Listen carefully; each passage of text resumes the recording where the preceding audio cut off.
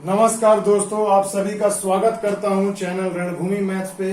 दोस्तों, आज का ये वीडियो बहुत ही छोटा मगर बहुत ही महत्वपूर्ण होने वाला है। जी हाँ दोस्तों, क्वाड्रेटिक इक्वेशन सॉल्यूशंस पे आज हम चर्चा करेंगे कि आपको एक क्वाड्रेटिक इक्वेशन दे दिया जाएगा और आप कैसे चुटकियों में विद इन 2 सेकेंड आप उसके में x के 2 मान निकाल सकते हैं। कैसे सॉल्व करेंगे, आइए इस वीडियो को पूरा शुरू से अंत तक देखिए, आप भी सीख जाओगे, चुटकियों में सीख जाओगे दोस्तों।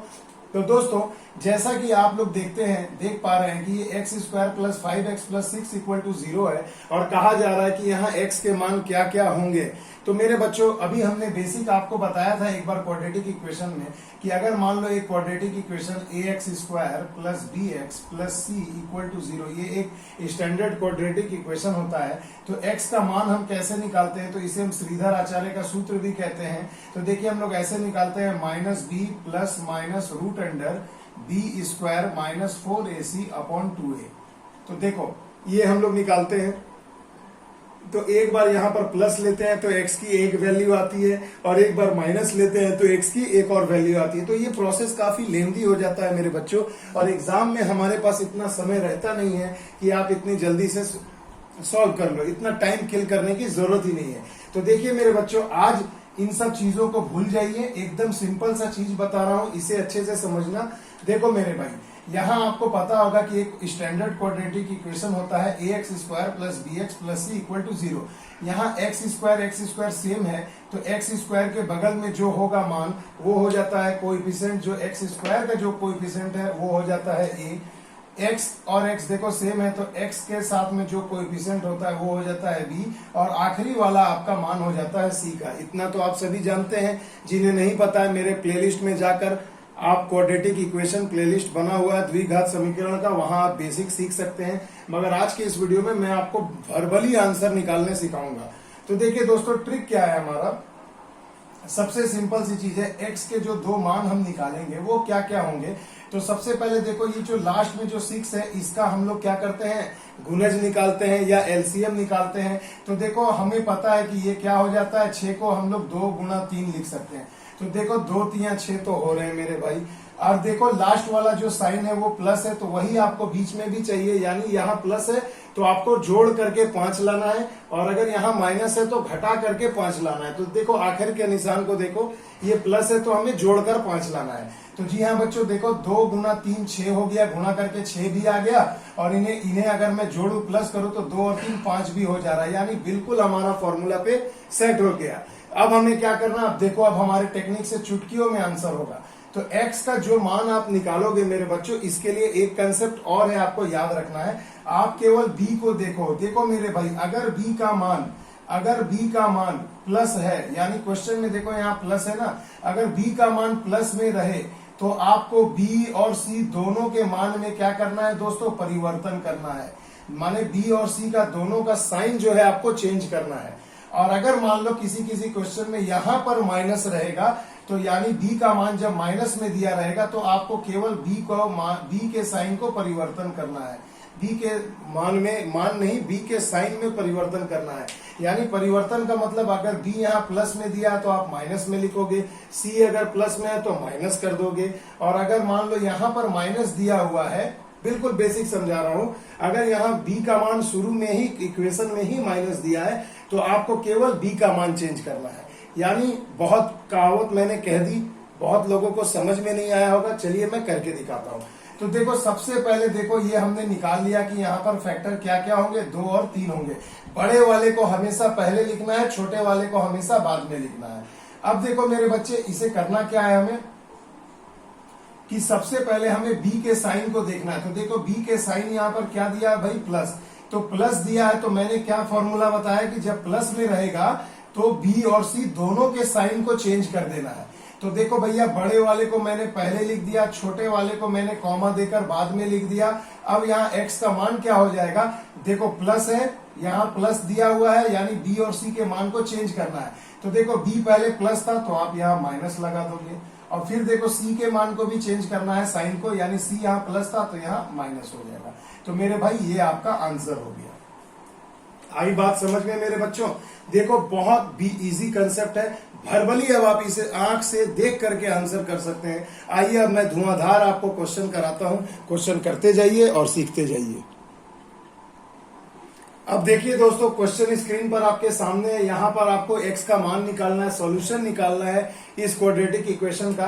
तो सबसे पहले यहाँ का चिन्ह देखना है, ये माइनस है, यानी इसका दो एलसीएम ऐसा लो जिसको घटा करके 25 आए और गुणा करके 84 आए। तो देखो 28 तिया हो जाता है 84 और 28 में से 3 घटा दोगे तो देखो हो जाएगा 25। यहां तक तो क्लियर है। ये बेसिक मिडिल टर्म फैक्टर है जो हमने सीखा है इसके पहले वाले क्लास में निकालने के लिए। अब देखो यहाँ पर ट्रिक क्या है कि देखो b का मान आपको दो तरीके से समझना है, अगर प्लस है और एक बार माइनस है। प्लस रहेगा तो b और c दोनों के मान साइन में चेंज करना है, और अगर b यहाँ पर नेगेटिव रहेगा तो हमें केवल b के साइन को चेंज करना है। बस यही कंसेप्ट लेकर चलना है। तो देखो मेरे भाई सीधी सी चीज है, यहाँ देखो 28 थी, 84 और 28 में से 3 गए तो 25 हो गए।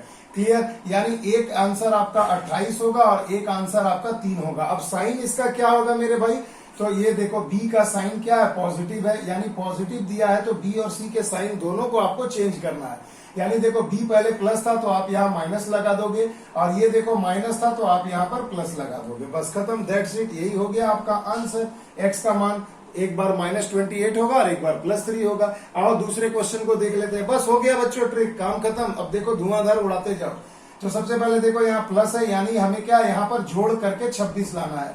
तो अब मेरे बच्चों जरा सोचो, जोड़ करके किसे 26 में ला पाऊंगा? 168 को गुणा करके लाना है। तो देखो 14 और 12 दोनों हो गए 26, और 14 और 12 को गुणा करो तो हो जाएगा 128। अब वही नियम, b का साइन देखो क्या है, यहाँ b का साइन प्लस है, यानी b और c दोनों के साइन को चेंज करना है। यानी देखो यहाँ b का साइन प्लस है तो हमें माइनस लिख देना है, और c वाले का साइन देखो प्लस है तो उसे भी चेंज करना, माइनस लिख देना है। बड़ी वाली संख्या को पहले लिख दिया तो -14, और छोटी वाली संख्या को बाद में लिख दो। तो देखो यही आपका x का मान हो गया। यानी x के दो मान निकल कर आ गए, -14 और -12। क्लियर है मेरे बच्चों? मजा आ गया ना? आइए अब और एक टाइप का हम लोग देख लेते हैं। तो देखिए मेरे बच्चों, चौथा नंबर सवाल भी पहले वाला ही है। देखिए क्या है, लास्ट का साइन प्लस है तो जोड़ करके लाना है। तो देखो 12 8 96 होता है, 12 और 8 को जोड़ दो 20 हो जाएगा। बस कुछ नहीं करना है। देखो यहाँ b का साइन क्या प्लस में दिया है, यानी इन दोनों का साइन को चेंज करना है। तो ये लिख दिया हमने माइनस, और इसके लिए भी लिख दिया माइनस। बड़े वाले को पहले लिख दो, कॉमा, बाद वाले को, छोटे वाले को बाद में लिख दो। तो -12 -8 इसका सॉल्यूशन हो गया। आ गया समझ में? अब आइए एक और तरीके का देख लें कि अब यहाँ पर देखो a का कोएफिशिएंट यहाँ पर क्या था? कुछ नहीं था, यानी 1 था। मगर अब आपको ऐसे संख्या वाले मिल जाएंगे 9 10 11 12 50 60 कुछ भी। तो क्या करोगे? तो जब भी याद रखना एक्स स्क्वायर के साथ कोई गुणज रहेगा, एक से अधिक है, 2 3 4, तो आपको क्या है, पहले तो पता होना चाहिए नियम कि पहले और आखिरी वाले को हम लोग गुणा करते हैं। तो 9 तिया कितना हो गया? 27, यानी 270। यानी मेरे बच्चों अब आपको 270 का दो ऐसा फैक्टर लेना है, देखो लास्ट में प्लस है, यानी जोड़ करके 37 लाना है और गुणा करके 270 लाना है। तो भैया इसमें कौन सी बड़ी चीज है? अगर मैं 27 और 10 ले लूं तो देखो 27 और 10 हो जाते हैं 37, और इन्हें अगर मैं जोड़ दूं तो 37 भी आ जाएगा। बस खत्म, और हमें कुछ नहीं करना है। अब देखो यहाँ पर b का साइन जब नेगेटिव रहता है तो हमने क्या बताया था, जब b का साइन नेगेटिव रहेगा तो केवल और केवल b का साइन चेंज करना है, c एज इट इज रहेगा, c का चेंज नहीं करना है। तो देखो यहाँ b का साइन क्या था? माइनस था, तो हमने यहाँ प्लस कर दिया, और c का साइन चेंज नहीं करना है, इसलिए प्लस है तो प्लस ही रहेगा।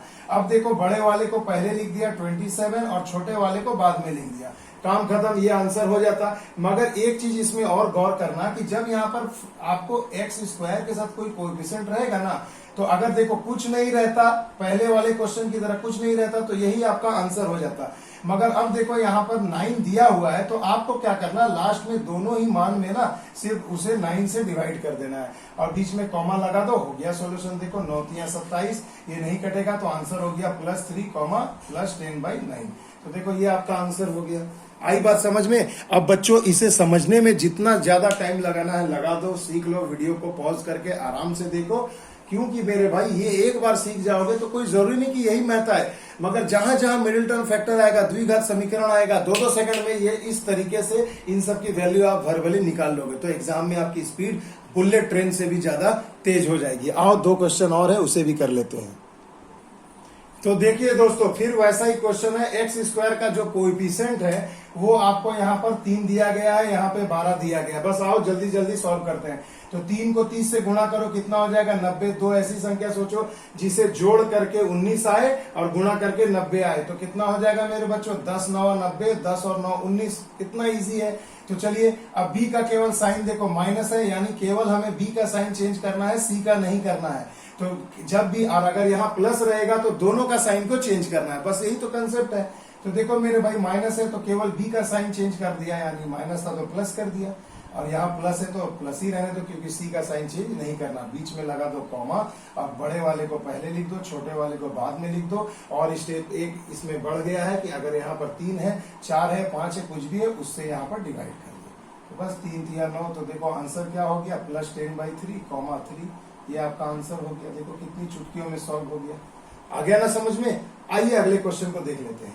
तो 12 और 11 को गुणा करो मेरे भाई, कितना होता है 132। अब दो ऐसी संख्या लो, देखो यहाँ प्लस है तो जोड़ करके 23 आए और गुणा करके 132। तो 12 और 11 को जोड़ दो ना भाई, तो देखो 23 भी हो गया, गुणा करके आपका 132 भी हो गया। बस सिर्फ ध्यान देना है, ये साइन क्या माइनस है, ये साइन माइनस है, यानी माइनस है तो केवल बी का साइन चेंज करना है। तो माइनस है तो प्लस कर दो, और सी वाला जो रहेगा वही लिख देना। अगर यहाँ माइनस रहता तो माइनस लिखते, प्लस है तो प्लस लिख दिया।